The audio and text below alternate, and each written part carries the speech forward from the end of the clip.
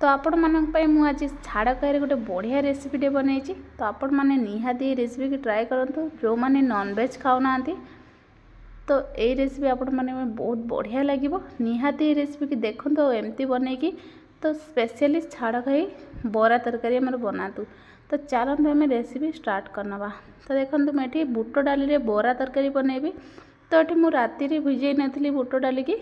तो देखो ये आपण मैंने बुट डाली की भिजई ने राति रे। तो बरा तरकारी जो बनइबे तो भल बन बराटा आमर। तो देखो ये बुट डाली मोर बढ़िया से भिजी जाइए। तो देखो तापर आम एक भलसे पानी रे 2 ରୁ 3 थर एमती भलसे धोई नवा। तापर चलते आम गोटे ग्राइंडर जार देके फास्ट आम ग्राइंड करनवा।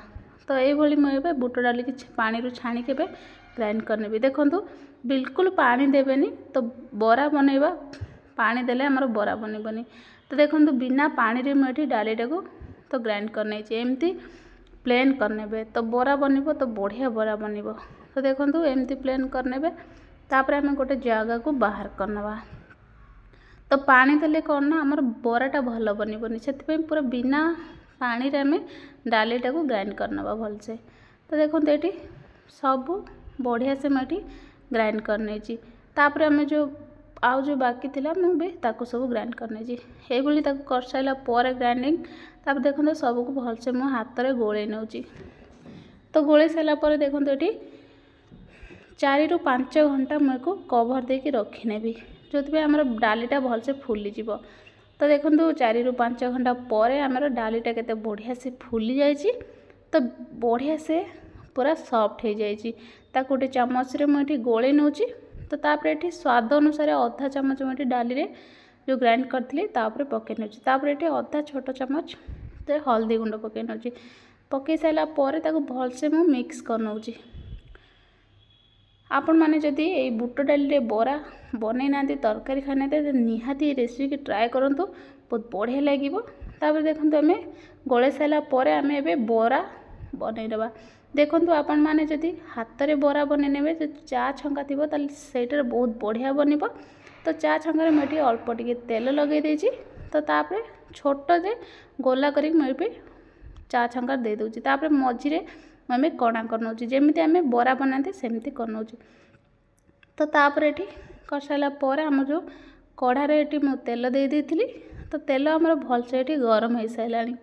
तो तापर देखो जो बरा को मुझे तेलर बुड़े देवी। तो ये लगेदेवी तो आपे आपे आमर चा छणार बराटा आमर छाड़ीज।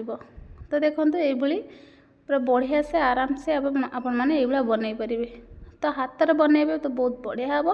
तो अपने हाथ जदि बनई पारना यही बरा बनातु। तो देखिकी जानीपे केते बढ़िया से आमर हो जाउची बरा। तो निहाती ये बरार रेसिपी बनातु तो बहुत बढ़िया लगे सॉफ्ट।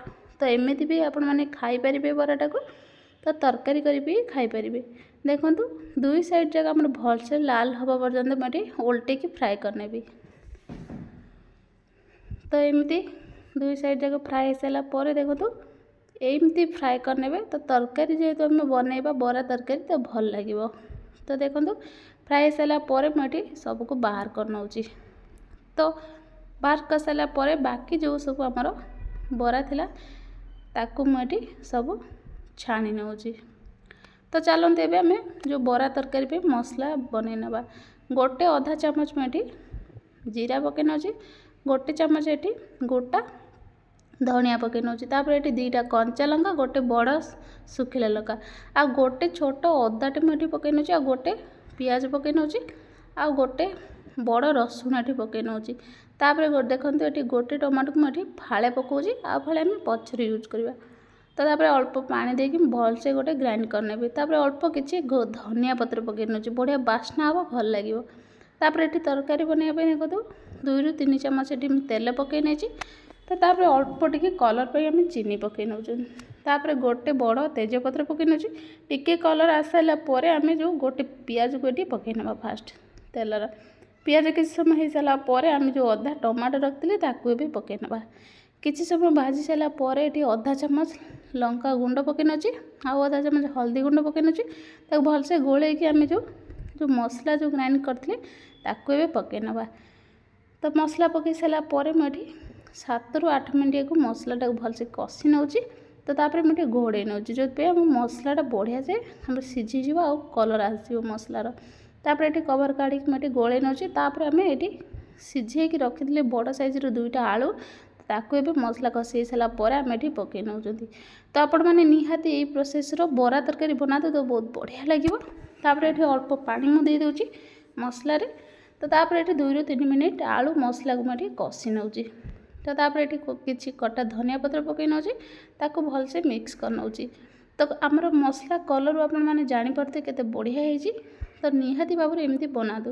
ତାପରେ ମୁଁ ଏଠି ସ୍ୱାଦ ଅନୁସାରେ ଅଧା ଚାମଚ ଲୁଣ ପକାଇ ନେଉଛି। ତାପରେ ଯେଉଁ ଆମେ ଛାଣିକି ରଖିଥିଲେ ବରାକୁ ମୁଁ ଏଠି ପକାଇ ନେଉଛି। ମସଲା ଆଉ ଆଳୁ ବରାକୁ ଏଠି 2 ରୁ 3 ମିନିଟ୍ କଷି ନେବି। ତ ଏମିତି କଷି ସାରିଲା ପରେ ଆମେ ଗରମ ପାଣି ଏଠି ପକାଇ ନେବା। ତ ଗରମ ପାଣି ଆମେ ଟିକେ ଅଧିକ ଦେବା, ଯେହେତୁ ଆମେ ବରାଟା ଆମର ବେଶୀ ଝୋଳ ଟାଣି ନେବ, ସେଥିପାଇଁ ଟିକେ ଗରମ ପାଣି ଅଧିକା ଦେଇଦେବା। ଦେଖନ୍ତୁ ଏମିତି ପତଳା ଝୋଳ କରିବେ ତ ବହୁତ ବଢ଼ିଆ ଲାଗିବ ଭାତରେ ଖାଇବା ପାଇଁ ଆଉ ବହୁତ ବଢ଼ିଆ ଟେଷ୍ଟ। ଦେଖିକି ଜାଣିପାରୁଥିବେ ଆମର ତରକାରୀ କେତେ ବଢ଼ିଆ ହେଇଛି। ତ ଆପଣମାନେ ଯଦି ବନେଇ ନାହାନ୍ତି ତାହେଲେ ନିହାତି ଏଇ ବରାରେ ତରକାରୀ ବନେଇ ଖାଆନ୍ତୁ ବୁଟ ଡାଲିରେ, ତ ବହୁତ ବଢ଼ିଆ ଲାଗିବ। ତ ମୋର এই ଭିଡ଼ିଓ ଭଲ ଲାଗିଲେ ଲାଇକ୍ ସେୟାର ସବସ୍କ୍ରାଇବ୍ କରିନେବେ, ଭଲ ଲାଗିଲେ କମେଣ୍ଟରେ ଜଣାଇବେ। ଆଉ ନିହାତି ଏମିତି ବୁଟ ଡାଲିରେ ବରା ତରକାରୀ ବନେଇ ଖାଆନ୍ତୁ। ତ ଭିଡ଼ିଓଟି ଭଲ ଲାଗିଲେ କମେଣ୍ଟରେ ଜଣାଇବେ। ଦେଖନ୍ତୁ ଲାଷ୍ଟରେ ମୁଁ ଏଠି କଟା ଧନିଆ ପତ୍ର ପକାଇ ନେଉଛି। ତ ବହୁତ ବଢ଼ିଆ ରେସିପି ନିହାତି ବନେଇବେ।